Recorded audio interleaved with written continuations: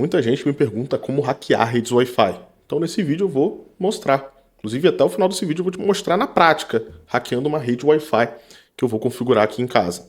Mas eu vou te mostrar primeiro como que funcionam as técnicas de ataque, quais que são os problemas de segurança que levam a alguém conseguir invadir uma rede, até para você saber como que você pode proteger a rede Wi-Fi da sua casa.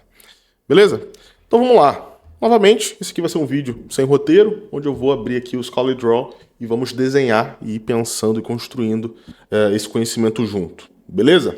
Então, primeira coisa que a gente precisa saber. Existem diferentes tipos de autenticação com as redes Wi-Fi, né? Vou focar aqui em redes residenciais, né? Os tipos de autenticação corporativos, via radios e tudo mais, com certificados. Nesses pontos a gente não vai entrar aqui, fica para um próximo vídeo. Ou então, se você quiser se aprofundar de verdade nessas técnicas aqui, lá na SolidOne você vai encontrar de forma realmente profunda todas essas técnicas, não só em redes residenciais, mas também em redes corporativas complexas, até com sistemas de defesa contra ataques em redes wireless. Bom, voltando aqui. Então, quando a gente fala de redes Wi-Fi, de forma simplificada, existem alguns tipos de conexão. A primeira delas, e a mais antiga, é a WEP, ou WEP. Vou deixar aqui bonitinho.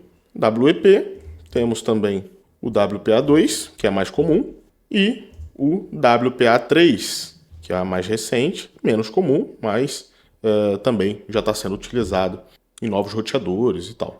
E também tem mais uma, na verdade, né? Tem a rede aberta, que eu vou colocar aqui como Open, que é a rede sem senha. Querendo ou não, isso aqui é importante para a gente entender um conceito em relação aos pacotes que trafegam via Wi-Fi. Beleza, então temos aqui 4 tipos de autenticação. Na rede Open, o que acontece? Não existe criptografia dos pacotes. Ou seja, qualquer pessoa consegue se conectar, né, sem criptografia do tráfego.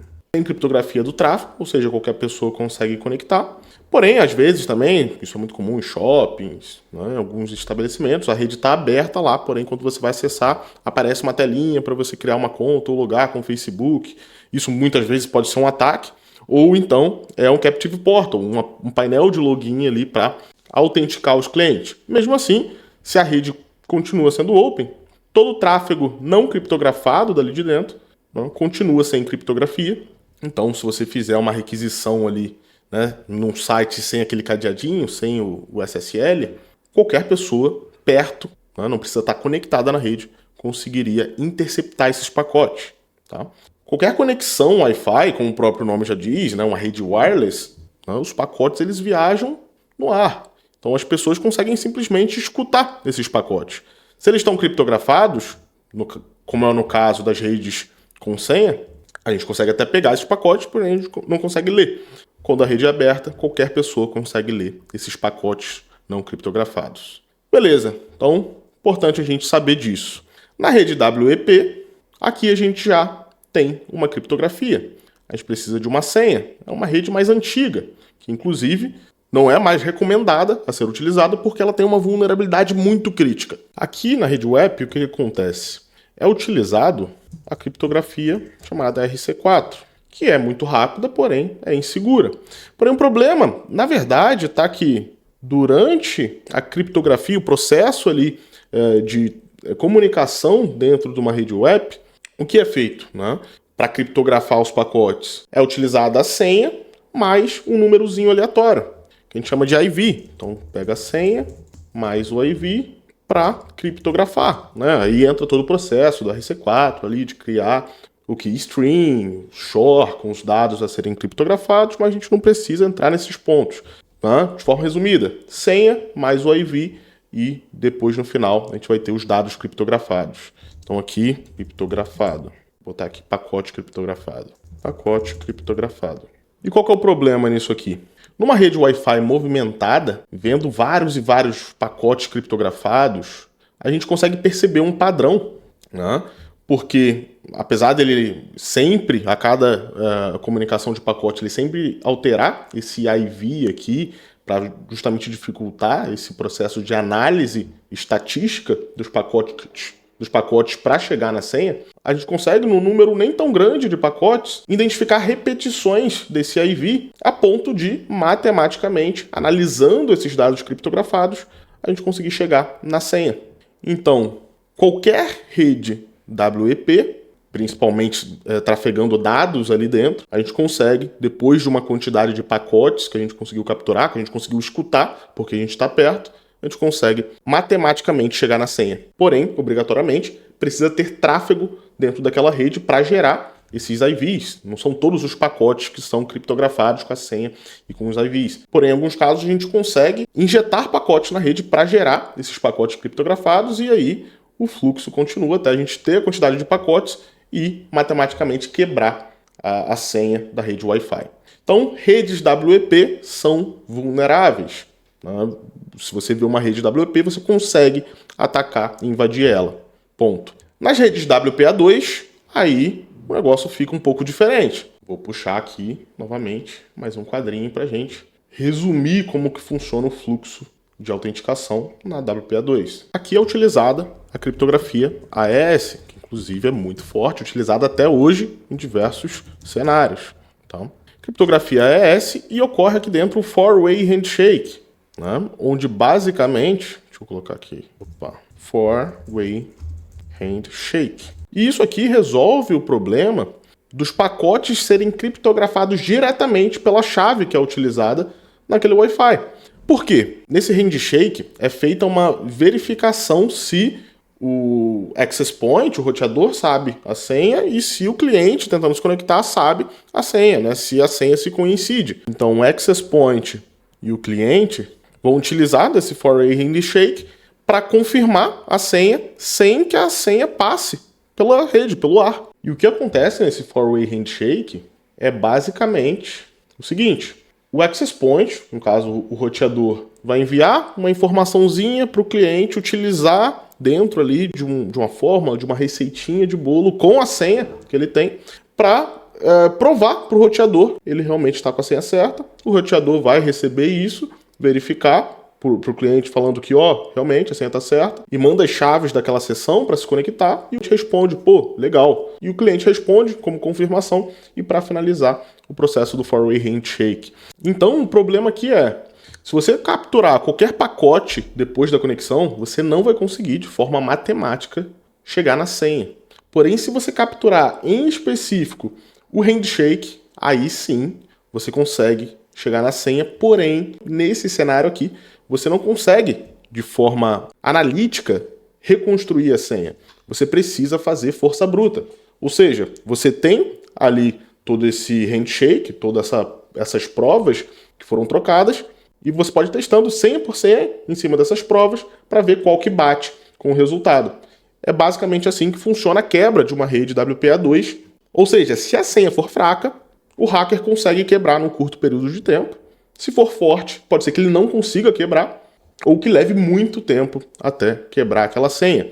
Porém, um ponto é, todo esse ataque de força bruta ocorre de forma offline. A gente consegue quebrar milhões e milhões de senhas por segundo. Então, em algum momento, numa senha comum, utilizando o word lists, é muito comum que a gente consiga, assim, quebrar a senha das redes. Até porque não é comum uma senha de rede Wi-Fi ser muito complexa. Beleza, agora WPA3. Inclusive, tem uma outra forma também de quebrar redes WPA2. Já eu volto nisso. Vamos primeiro falar da WPA3, que até então é a mais segura de todas, obviamente. E aqui em cima acontece também o handshake.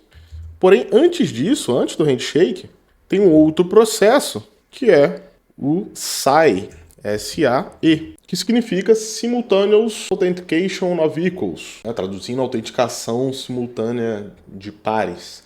E ele tenta resolver justamente o problema da senha ou do handshake expor uma prova, uma forma de verificação da senha real offline, né? Facilitando ataques de força bruta.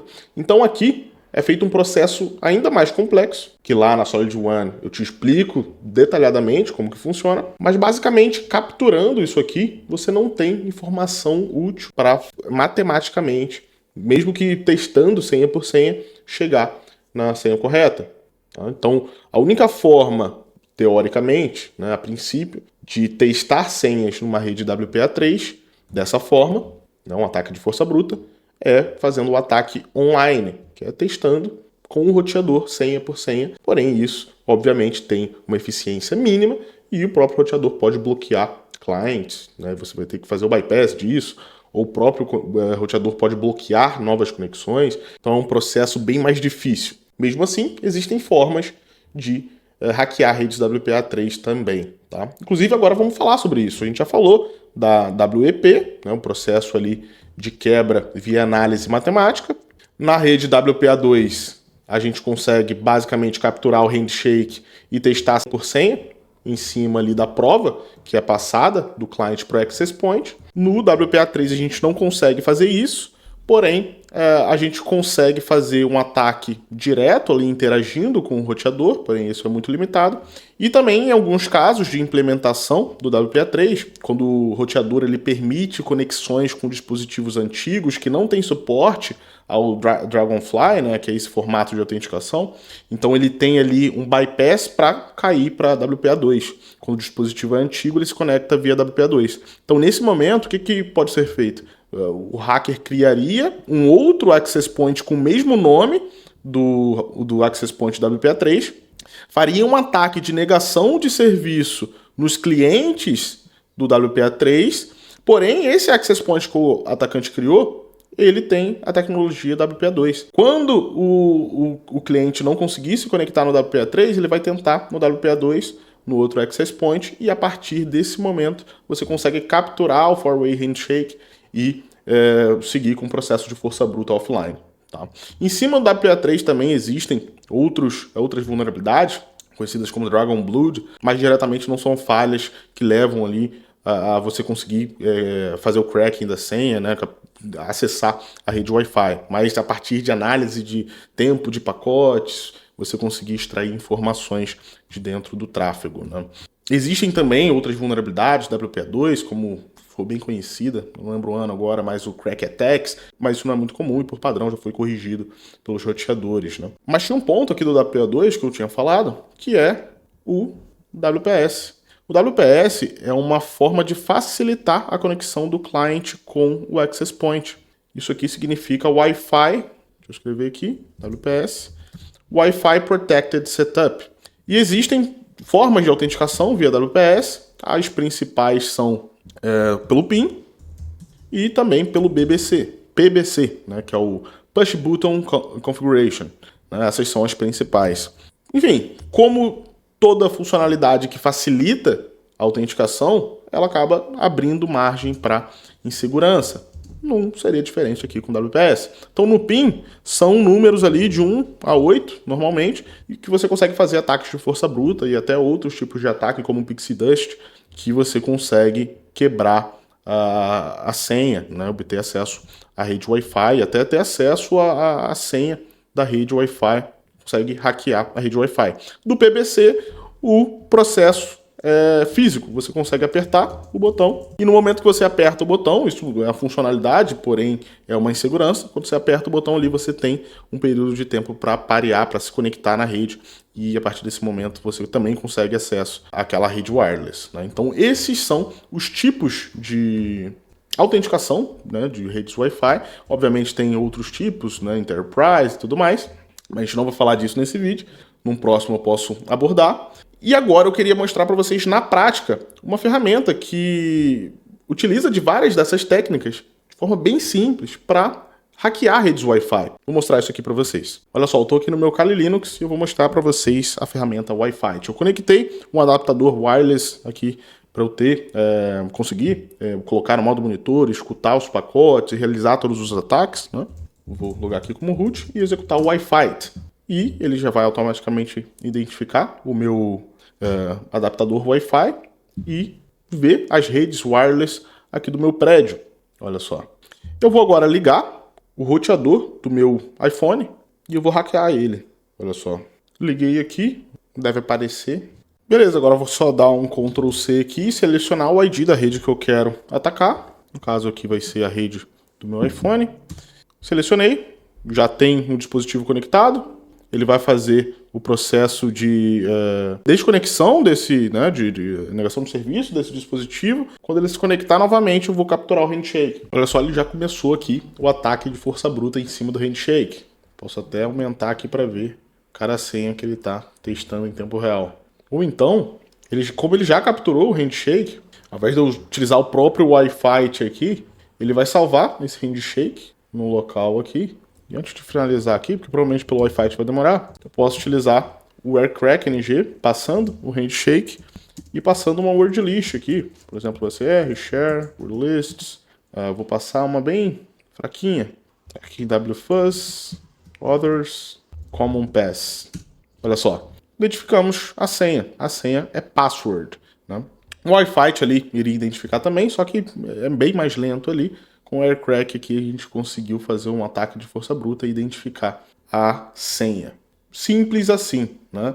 Óbvio que se fosse uma senha mais difícil, o ataque ficaria rodando, né, offline aqui por um tempo, até a gente conseguir identificar. Mas existem várias word lists com bilhões e bilhões de senhas, que muito provavelmente sua senha tá em uma dessas word lists. Novamente, se você quer aprender hacking, pentest, se tornar um hacker profissional, entender a fundo todas essas técnicas aqui, não só utilizar o Wi-Fi, essas ferramentas prontas, entender realmente como realizar esses ataques, não só em redes Wi-Fi, mas em aplicações web, mobile, infraestrutura, hardware hacking e muito mais.